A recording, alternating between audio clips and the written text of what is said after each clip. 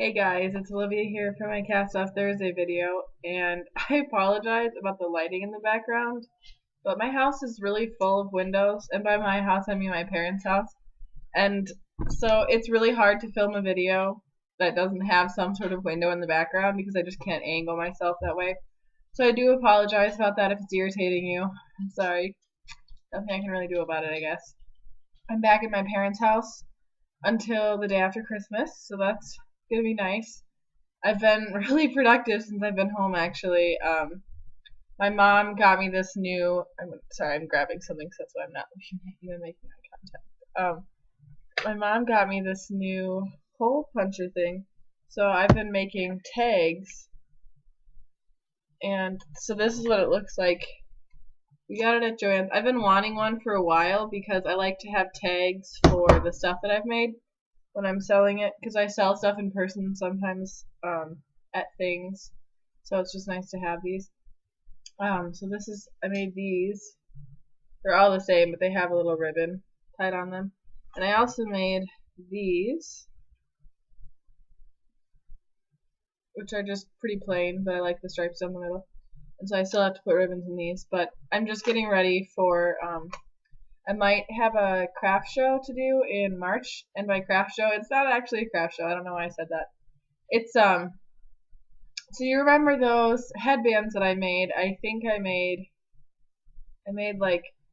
10 headbands and one hat for a little boy, and they're all figure skaters because of a classmate of mine is a figure skating coach, and she wanted some for her skaters. So I did that, and I guess they were just a huge hit. And she said that she's going to talk to the skating board about me coming and selling some of my stuff at their big tournament in March. So I'd have to make a ton of headbands by then in all sorts of colors and stuff. But I think it's definitely doable, and I need money because I don't have a job. So that's wonderful. Well, I used to have a job. I cleaned during the school year for these two ladies, but I don't do that anymore because I've moved, so I'm student teaching in a completely different area, and I can't drive 3.5 hours just to go clean somebody's house. The money isn't worth it, and I don't think they'd want to pay me to drive 3.5 hours there and back. So anyway, I can finally talk about my Secret Santa present now because she posted in the thank you, so I've been waiting for her because I wanted to talk about what I made, but I couldn't because I didn't want to spoil it. So I made my Secret Santa partner this cowl, and I will include a picture of it at the end. A lot of things I don't have anymore, so I'm just going to have to put pictures at the end, and I apologize about that, but I've just been selling stuff and mailing stuff and all sorts of things. Anyway, so I did that. She got a cowl.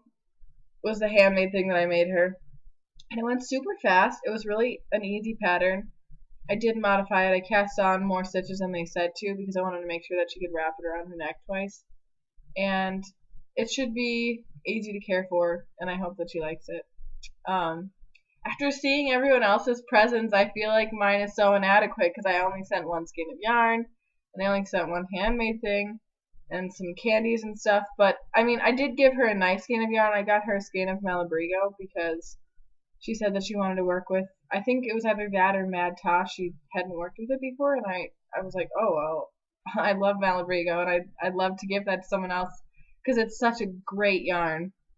It's so good.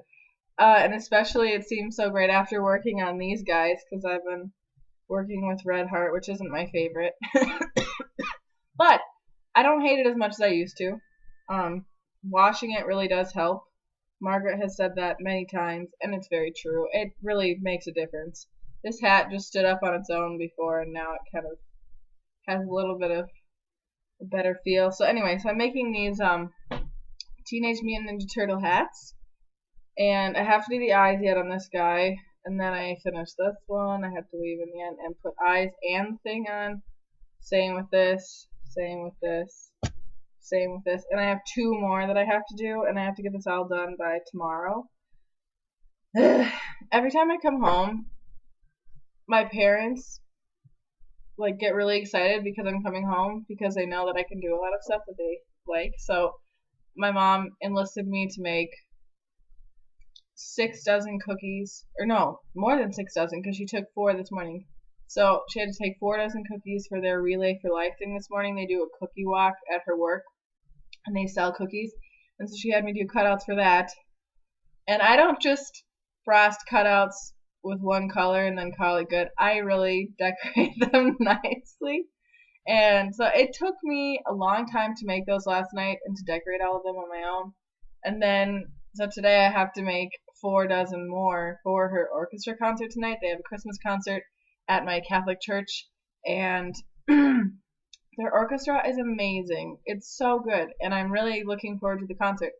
And also to seeing if people pick my cookies over other people's. I don't know. So I'm not a vain person at all about my looks. I could give a rat's butt about how I look half of the time. I don't really care. I care for other people's sake. Like when I have student teaching, I'm going to look nice for student teaching, but not because I really care personally about looking nice, but because I have to. But I get really weirdly vain about my cooking and things that I make because I really like cooking, and I'm pretty good at it, especially good considering my age. And no one has really taught me how to do it. I kind of just figured it out with little helps here and there from my grandma. But so I get really weird about my cookies, and I always want people to pick mine over other people's. And when there's a potluck, if my whole dish isn't eaten by the time I leave, I feel like I've failed in life, which hasn't happened yet. So I'm doing okay. But it's such a weird thing to be psychotic about, but it's so true. I can't help it. I don't know, guys. I'm weird. Whatever. We already knew that. Anyways, so I'm getting ready right now for student teaching. I have, I think, well, let's see, about 2.5 weeks, I'd say, until student teaching. I start on January 5th, and I'll be moving in with my boyfriend's parents on the 26th, so that I have about a week before I actually start. My teacher seems super nice, and I'm really excited to meet her. I'm going to be teaching psychology, which is something that I never thought I would be teaching, which that kind of freaks me out a little bit. I've only taken one psychology course in my entire life, and it was a college course, and so that's obviously going to be really different looking than high school. Oh, sorry. Everybody thinks they know how to teach because they've been in school so much, and that's actually really not the case. I've been finding through my program. There's so much more time and effort and thought that goes into creating good lessons than I think anyone could have ever anticipated.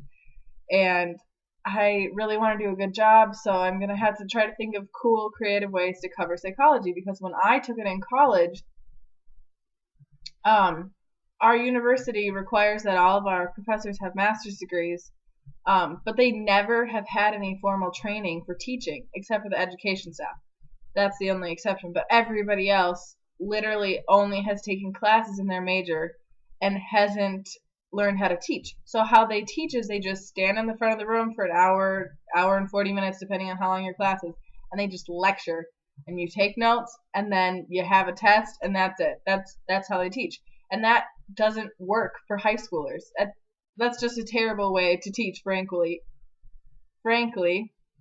And I need to be really aware of that when I'm teaching. And so for psychology, I want to come up with really cool hands-on lessons that's teaching them the same material, but also doing it in a more memorable and meaningful way that's going to really stick with them. Because lecture has its place. I'm not saying that it's not effective.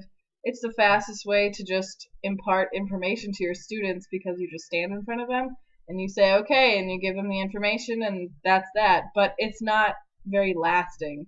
Could I tell you what we did in my psychology class in college? No, because it was just lecture the whole time. I couldn't remember really anything. So it is what it is. So hopefully I'm able to do a good job with that, because I really want to do a really good job with student teaching. And I also want to make some mistakes. I want to screw up, and I want to learn from it, because that's the best time as a teacher to screw up is when you're student teaching, because you have somebody else in the room that can help you out if you need it. And I think that most people are just so focused on doing a good job, they don't think about the fact that they might not be learning everything that they could if they aren't making mistakes. So, I mean, I don't want to make mistakes where I'm not prepared for my lessons, but I want to try different things and experiment with different strategies and methods and stuff, because this is my chance to really try some stuff out. So I'm excited. Yay. Woohoo. I'm sorry. That was just a big. I could rant about education for days, but I will not do that to you guys. I do have more stuff that I finished that I don't have here. I had a headband that I did for somebody, and I will include a picture of that at the end.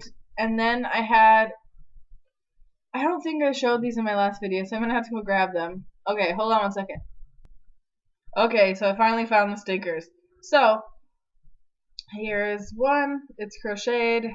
I didn't have a pattern for this. I just kind of made it up. So, just regular basic hat for a baby with the front post, back post for the ribbing. And there's one of my tags on it. Okay, and then the other one that I made is this guy. It's a baby hat. It's kind of similar yarn to this. I guess that doesn't really show up, but it feels similar. And I like it. This is leftover yarn from that cowl that I made, and I just used it to make a little baby hat with pom-pom. So, that's, I think, is everything. The problem is it's been a little bit since I've made a video, so I don't really know for sure what I'm not talking about, and I should be, so I really apologize if I've forgotten something important. I did get my package from Barry, which I'm really excited about, and I'm not opening it till Christmas, so I will do a video, though, when I open it, because I think it's kind of fun as the giver of a gift to see people opening it. I don't know, I think it's fun, so, I think that's everything. I'll see you guys probably before Christmas, because Thursday is Christmas, and I don't want to make a video on that day. So maybe after. I don't know. We'll see. Bye, guys.